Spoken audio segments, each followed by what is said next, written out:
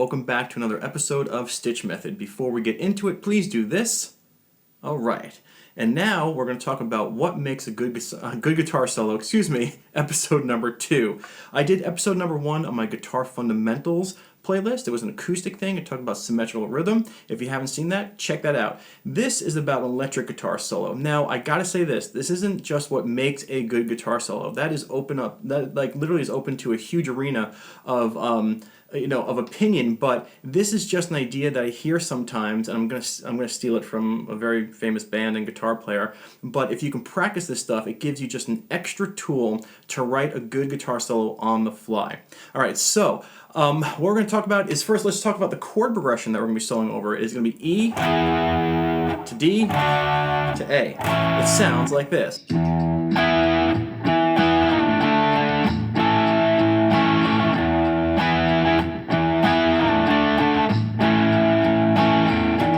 There it goes. So I gotta stop my looper. Yes, I play my bar chord sometimes, my pinky, so don't let that fool you, okay? It's just an E chord like this, D and A.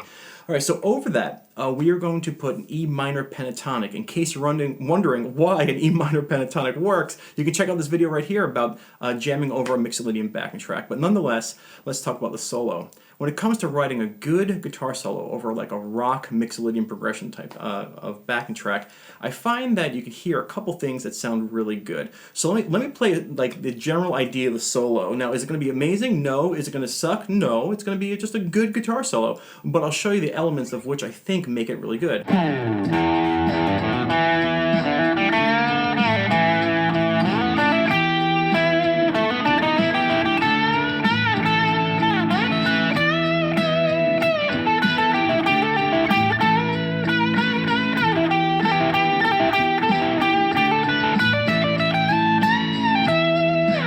Now, that was not my best performance, but we get the idea. All right, so what was happening there? Well, first, I started off low. I started off my low pentatonic, and I did something kind of cool. So let's just talk about that. You have the E minor pentatonic, 0, 3, 0, 2, 0, 2, 0, 2, 0, 3, 0, 3. If you noticed, I went from, the first thing I did was I solidified the music or the solo with an octave to octave run. So step 1 is low octave to mid octave. And then I took the pentatonic and I kind of took this 4 here. This is the 4th interval right here. And I kind of bent it weakly up to the flat 5. Nothing huge, just a little like, but then landed back on the 1. And so right at the beginning of the solo, I kind of, like I said, solidified my movement with the band. So just listen to it one more time. All right, so from the first 8 beats, like 1, 2, 3, 4, I did a low octave to a high octave. The next 4 beats kind of like, used a little bit of a tension move. I bent the 4 to 5 and came back home. The next thing I did is after I came home to that low pentatonic, I shot right up to my Form 4 pentatonic. Now, in case you have any questions about this, I have a really killer video right here called the Minor Jam Cheat Sheet, which will explain the move from Form 1 to Form 4 in case you're really intrigued, hopefully. And so now I'm in the Form 4 pentatonic, 7, 10, 7, 10, 7, 9, 7, 9, 8, 10, 7, 10, the Form 4 E minor. And what I'm going to do here is I slide in into the root, a little bit of tension with that minor third, back to the root. Now remember, I did root to root and then tension to root. Here, tension with the minor third to root. And then, interestingly enough, I'm going to end it with some tension. This here is the 4th, okay? And right here, the 4th is just a note that when you hit it, you want to move. This is the interval 4. And so right now, listen, this is we're speaking like with every 4 bars. So the first, every 4 beats, which is 1 bar. So here, I have my first 4 beats of, second 4 beats, all right? Third 4 beat grouping, then the 4th. All right, I didn't resolve there. Why? Because when I get to my next grouping of 4, you resolve into the very first beat of that next group. All right, just listen for that moment so far. You go right to the Form 1 minor pentatonic.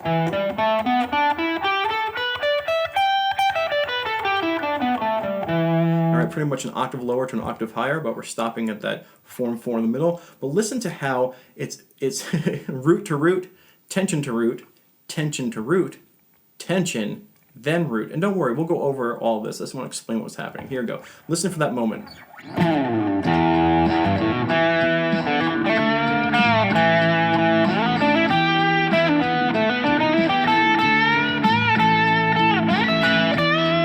Right there. And I use this minor pentatonic, I use the flat 7 to get to that one here. And you can hear the whole thing moves from low to high quite quickly. There's a conversation being had.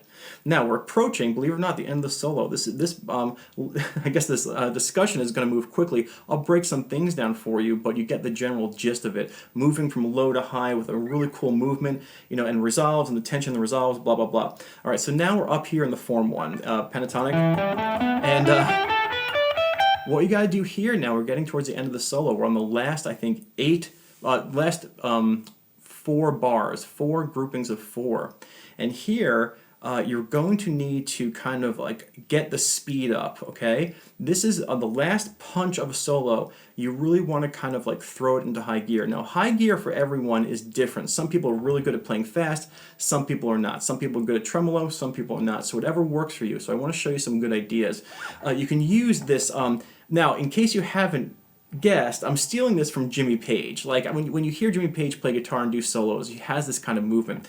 And so this is a Jimmy Page move right here. Let's just talk about the minor pentatonic. Put your first finger on the 12th fret here, ring finger onto the 14th fret and middle of the G, excuse me, both in the G string, and put your middle finger on the 14th fret of the D. If you can comfortably do this, then you can get this series of pull-offs on the G and then pluck down on the D string, and you get these.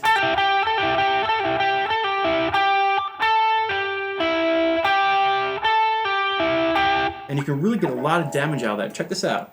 There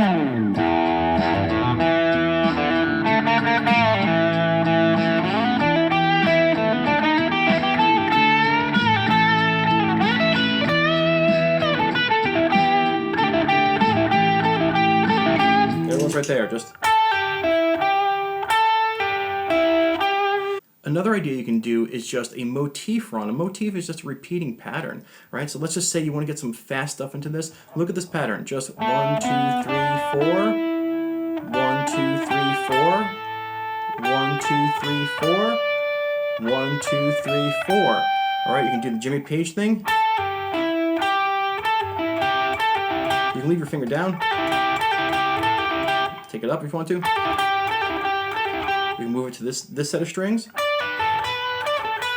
Anything you want, or even to the D and A. Anything. Or you can do your motifs. Or you can try tremolo picking. Tremolo picking is very hard, but Jimmy Page is very, very good at it. And you can start on any note on the fret on the pentatonic and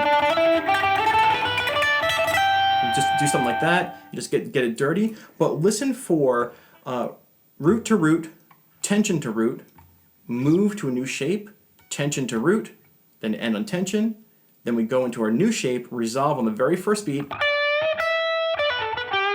then get some movement in there,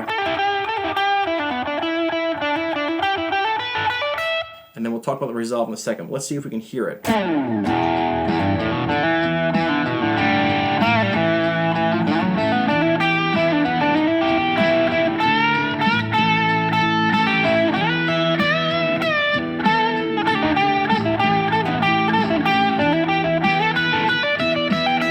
Okay, so we're almost there. There was a little bit of that Jimmy Page move, and then a little motif. And then the next thing you want to end on always is a 5 to a 1. So here is a 1 up here. This is the E. Right above it is a 4. Take that interval, bend it to the 5, and come home to the 1. We're using the form 2 pentatonic. For this, oh. Let's see if we can put this all together.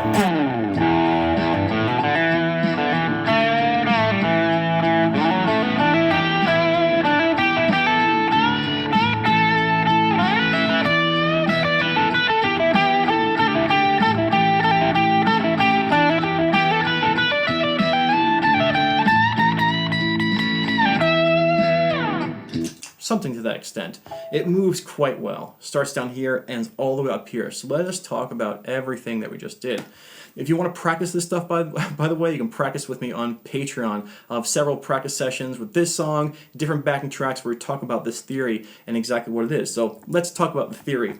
You pick your form 1 pentatonic wherever you are. You start low, you hit the first octave, the low octave, climb to your next octave. Then, mess around the pentatonic. Sorry. Make sure you hit the same exact root that you did at the beginning. Alright, a little bit of resolve and home. Move to the form 4. Oh, sorry, really? Hang on that minor third. Play around. End on the 4th, because there's tension there. Then when you move again, or, that was weak. Hit the root right at the beginning, all right? And then you play anything you want. A little bit of speed. Motifs up to the fourth interval, which is the A. And boom. Let's just try it one more time so you can see it work.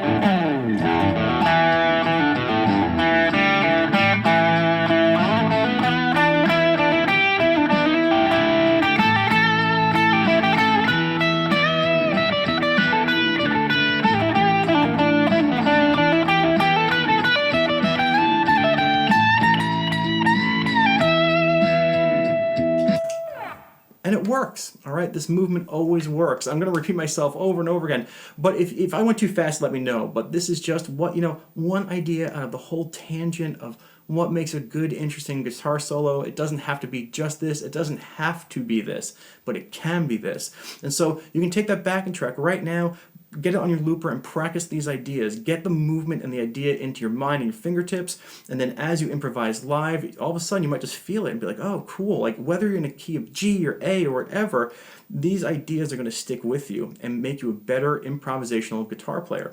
Thank you so much for being here on a very quick episode of StichMethod. I hope you enjoyed it, and I'm sorry, I gotta admit, I'm exhausted. My puppy is a lot of energy, okay? And so if I seem tired and out of it, I apologize. But thank you so much for being here. I'll see you on another episode of StichMethod. Bye-bye.